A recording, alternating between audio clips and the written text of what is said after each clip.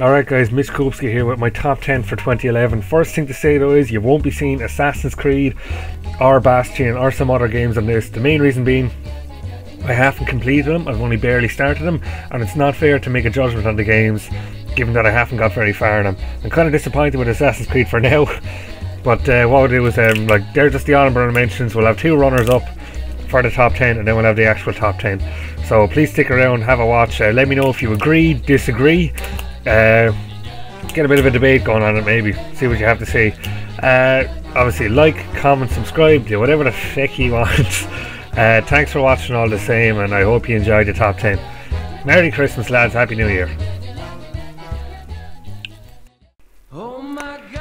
The only reason Dark Souls isn't placed in the top 10 here is simply because I haven't cleared it yet. I haven't even gotten close to the end. I'm only about probably a quarter, maybe a third of the way through the game, and I'm just loving it. The only problem is, well, it's difficult, but it's just, you don't feel annoyed about how difficult it is. You just feel, I can go back, I can do it better, I can just go back and do it all over again, and I'll get it right this time. And you just don't get pissed off. Great game, really fun combat, and the trailers are great as well, so I'll just leave you with the rest of this one for now.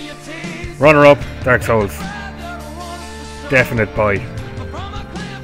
And you can expect to see a bit more Let's Play on it as well.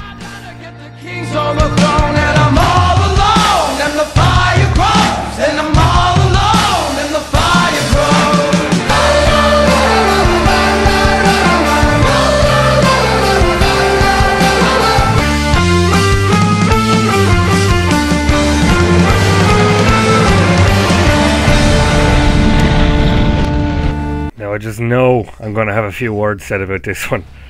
Modern Warfare 3 is not in my top 10 of the year, and the reason it's not in my top 10 of the year is because I hate the multiplayer. In fairness, I haven't got around to playing any of the Spec Ops with a couple of the lads online, mainly because nobody else really has the game on PS3 with me. But no, single player is fantastic. Single player is definitely way better than Battlefield 3. If I could, I'd give him, say, like, I'd make him a tie for number 7 or number 8 or something. But it's not fair on Battlefield 3, because the multiplayer on Battlefield 3, while the single player is okay, the multiplayer is amazing. And while the single player is the best thing, in my opinion, about Modern Warfare 3, the multiplayer is, while better than it used to be, it's still ridiculously annoying. They'll throw you right into the middle of a game 2 minutes before it ends. They'll throw you, say, like a level 6 guy, a rank 6 guy I should say, just trying to level up. They'll throw you into any kind of random match and you get your ass handed to you, whether you want to do hardcore or not. And it just doesn't seem fair. It seems a bit broken. Maybe they can do better with it, maybe it's just me, but I've seen enough people now that are giving out shit about the multiplayer that kind of have the same opinion as me. I might go back to it at a later point, that could be said. It could go back up in my list, but for now, given what I've played this year, against everything else, in Modern Warfare 3 has not made the top 10, but it's a runner-up.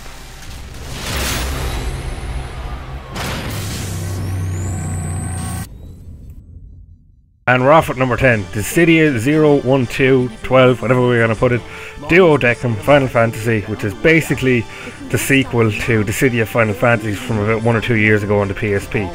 This game, basically, it's the same game as before with 60 extra characters, and if you're even a slight Final Fantasy fan, you love this game. Me being a huge Final Fantasy fan, thinks this game is absolutely amazing. It's so much fun going through with all the different characters. I put about 60-70 hours into the game just going around finding all the stuff, playing with the different characters, leveling them up, doing all the quests. It's really fun to see all the different characters from the different games interacting, because it's the first time they've ever done anything like it apart from outside Kingdom Hearts, but we'll call that non-canon basically, and this game is non-canon anyway. Seeing all the heroes and the villains facing off against each other, helping each other, kicking the shit out of each other. The combat is really fun, the story is okay, but having the extra characters from, say, Final Fantasy 4, 7, 13 in it out front that weren't be able to include it in the last game is also a lot of fun. You can see some of the combat there now. It's really addictive, kind of hard to get the hang of, but once you do, you love it. A definite must buy for anybody that has a PSP, PSP Go, whatever you need to do, because once you complete the story mode, you unlock the entire original Final Fantasy the Sidia game, as in the game from 2 years ago. Once you complete the sequel, the entire original game is unlocked. That means the story mode, all the quests, all the levels, all the equipment, all the abilities, those are all unlocked once you complete just the story mode for Dissidia Duodecim, say the sequel to the game. So Dissidia 012 Duodecim Final Fantasy takes number 10 in my top 10 of 2011. Definite must buy. Number 9 goes to Battlefield 3, and it is better than Modern Warfare 3, but the reason Battlefield 3 only takes number 9 is because the single player just wasn't up to par. I mean, there was a couple of good moments, like the start was good, the end was pretty good, but the whole, like the train, that was a good bit, and the whole jumping out the back of the plane with the theme kicking in, that was awesome. But the single player for Modern Warfare 3 is just much better, but the multiplayer for Battlefield 3 is miles better. I love multiplayer where you have to work as a team. I hate those ones where you're just able to run around on your own and do whatever the fuck you want. Battlefield 3 works best when you're working with a team of 3 lads just to help each other out, get the objective done, whatever you need to do. The only big problem I have at the moment is that the headset system on the PS3 seems to be broken. The only reason I love Battlefield 3 so much, probably well, not the only reason, but the main reason is that I love playing with the lads I know. And we all have Battlefield 3, we all played Bad Company 2 non-stop, and we talking to each other on the headsets. It's the only way to hang around when we weren't in the pub. But I can't do this with Battlefield 3 because it just needs to be busted, broken up, pitchy and patchy. Until they fix it, it's going to be staying at number 9, and if they don't fix it quickly, it's going to be going back down. Still fun online, but they need to fix the problems they have at the moment. And these patches just aren't working, so for now, it takes number 9. I just didn't expect to see this in the top 10. Dragon Age 2 takes number 8 for me because I loved this game.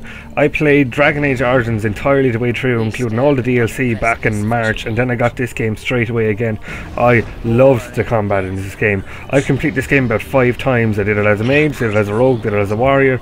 I've done good endings, bad endings, taken different sides just to see everything that happens, and I don't have any problem. But the only problem that there is with the game, and it doesn't annoy me as much, but it kind of does when you go back through again, is that the dungeons look exactly the same. And I know every single review has said it, but it is a terrible decision on their part. Now, the DLC that they've added already is pretty good, and they have some new areas. But it's still not enough. I'm still waiting for that one big DLC to come out for this game that that just blows everything away. I want more dragon spawn, I want more dragons, I want more big epic confrontations, but I like the decision to have a main character. I think it's good, they're able to focus on it more, and I just love this game. It's definitely taken number 8 here for me anyway. It's one of my favourite games of the year, so Dragon Age 2, number 8 for 2011.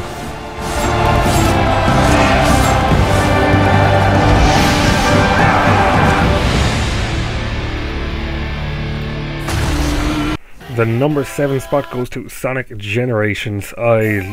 This game was just awesome. It completely blew me away. I thought it was just going to be an okay game. I rented it for a weekend and cleared it, and I just never played again. But I haven't even played all. I've played nearly all the Sonic games, but just going back through the different levels was huge nostalgia. Just waves and waves of this stuff. Buckets of nostalgia. Being able to play through Sonic, it's really just all the Sonic levels that make it kind of bring you back to when you were younger. Playing the small Sonic again was really cool because it felt like the old games as well. Now obviously it was kind of a mix between Sonic the Hedgehog 4 and the old games, but it was still awesome. Definite must buy for any Sonic fan, but a definite worth a weekend's rent if you're even a slight Sonic fan from years ago and didn't play any of the new games. Like I didn't play any of the Dreamcast games and I still loved it. The only recent Sonic game I played, like my favourite one in recent years, was Sonic Heroes, and even being able to recognise all the different levels was awesome. I have gameplay from all the levels uploaded on the channel already. Have a look if you want. I probably won't be doing a let's play on it, seeing as I've uploaded the entire game as it is already. But if you're even a slight Sonic fan from years ago, definitely worth a rent. If you are an actual Sonic fan, definitely worth a buy. Huge nostalgia, waves of nostalgia, buckets of feckin' nostalgia. Number 7 goes to Sonic Generations for 2011. It's not really a question of what can you do in Saints Row 3, it's more of a question of what can't you do. This game is the most fun I've had in a sandbox game in years. It's what Grand Theft Auto 4 should have been. If you got sick of the whole Grand Theft Auto 4 realism, get this game. It is amazing. I will never be trading this in. When you're in the middle of going to rescue a bunch of hoes from evil pimps, and the song I Need a Hero cracks in over the radio as you're careening around the corner, you know this is the game that you love. I mean, from a pimp that only speaks in auto-tune to a huge Russian that was created in a lab, this game is so over the top. I mean, the first level has you jumping out of an airplane and then 3 other airplanes and then they all blow up and you parachute down into a new city. It's just so over the top, so amazing, so nuts. Number 6 goes to Saint Row the Third. Amazing game.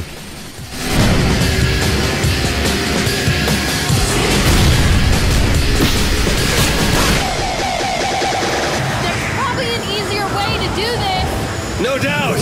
That's the game in a nutshell. Saints Row the Third.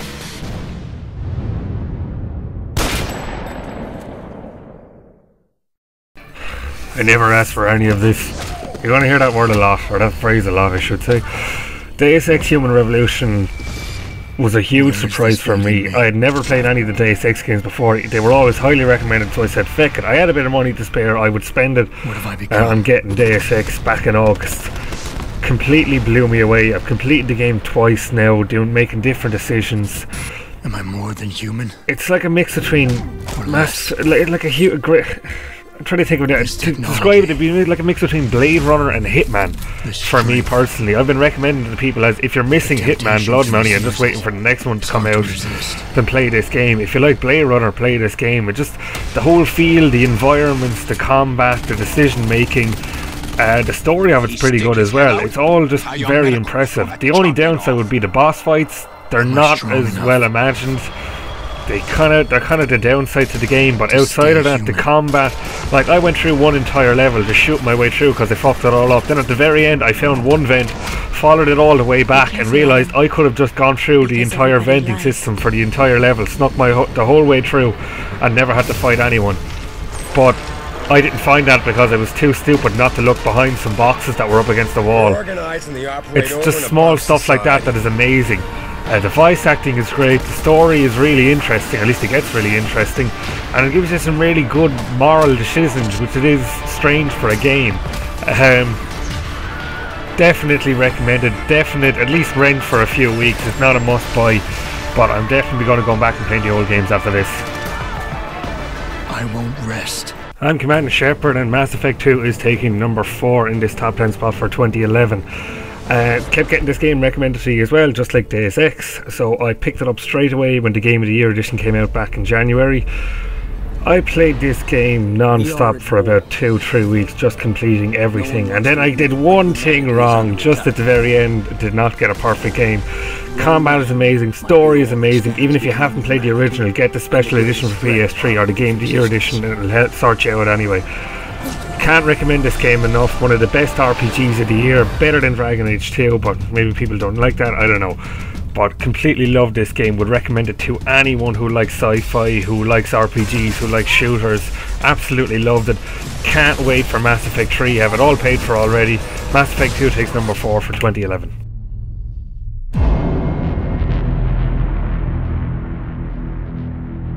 Well, we're into the top 3, and if this game didn't take top 3 with anyone else, there's something wrong with you. Maybe it's because I'm a huge Batman fan, I don't know, but Batman Arkham City was one of the best games of the year. I would still say it's better than Arkham Asylum. Other people would think Arkham Asylum is better. I prefer this game a lot more. Every character you love is in it, every character you want to be in it is nearly in it. The story is great. You know, I mean, at first I was like, geez, this story is crap, it's going nowhere, but when it all came together about halfway through, and it just built and built and built to a huge, excellent ending that they had huge balls to try and pull off, and they did. They pulled it off great. Had a few issues with one or two of the bosses, but not huge issues. The combat is amazing fun. Flying around the city is great. The voice acting is fantastic. Best voice acting in any game all year.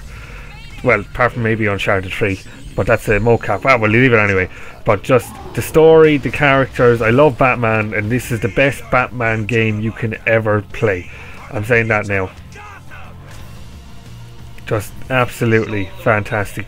Batman Arkham City takes number 3 in my top 10 for 2011. Go fucking buy it.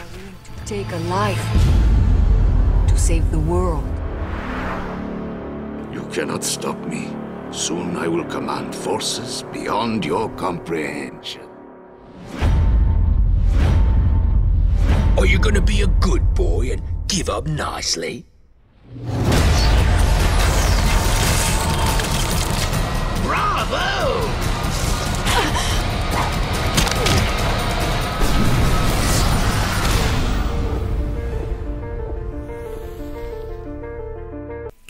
Absolute no-brainer here.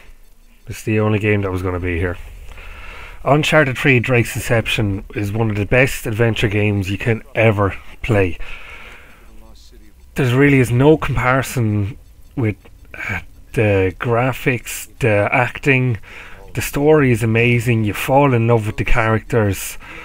I'm hugely disappointed that kind of everyone's hinting that this might be, say, the last one, that they're going to leave it as a trilogy. I can't wait to play another Uncharted game after playing this. I came in the door on delivery at about 10 o'clock in the morning. I sat there and I played through this game non-stop until about 1 o'clock in the morning, until I cleared it. I could not put it down. I could not eat. It's just amazing, from the combat to the puzzles to how the characters interact in the story to the different cutscenes. You just feel like Drake is really on the edge, and you feel for the character. You want to help him, you want him to do everything. The multiplayer as well is just fantastic, and it always was, but they really outdone themselves. It's a great multiplayer experience, whether it's co-op or you're just playing on your own online. Honestly, cannot recommend this game enough. If you own a PS3, you need to play this game. That is the simple fact. If you don't own a PS3, this game is reason enough to buy a PS3. That's as simple as it is. The absolute best PS3 exclusive of the year.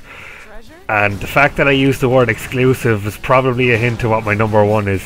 But for now, I'm saying it here. Uncharted 3 Drake's Deception, second best game of 2011.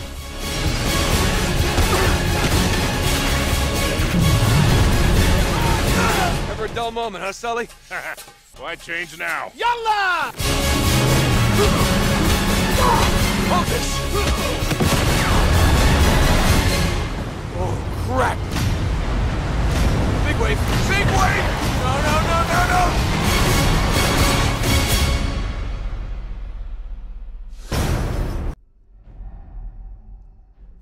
No! Lads, there was only ever going to be one game.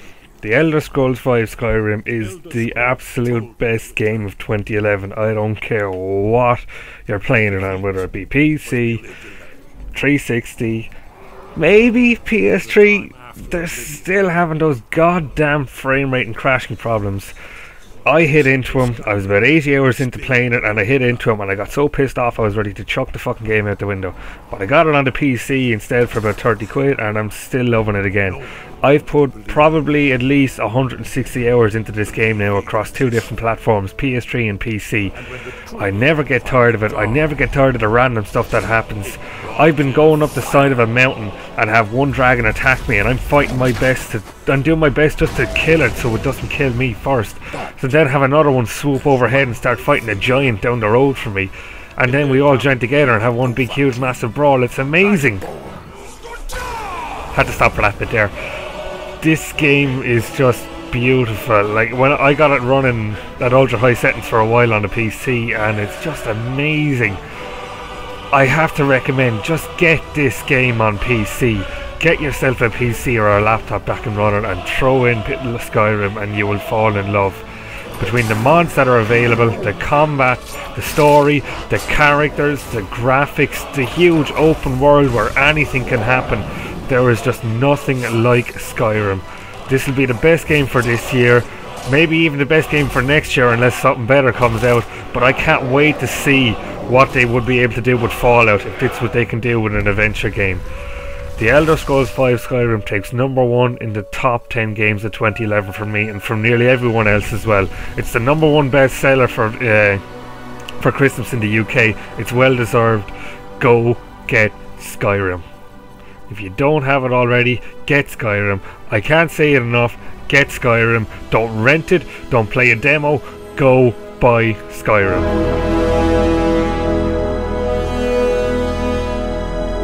Thanks very much for watching all the same. I'm MitchKoobski here with MitchKoobskiPlays channel. Something like that. But anyway, thanks for watching me top 10 of 2011. I'll be back next year, hopefully, with my top something or other. I don't know. Thanks for watching anyway, lads. I'll see you again. I'll have some Let's Plays up for you. I might kickstart Final Fantasy 7 in a while.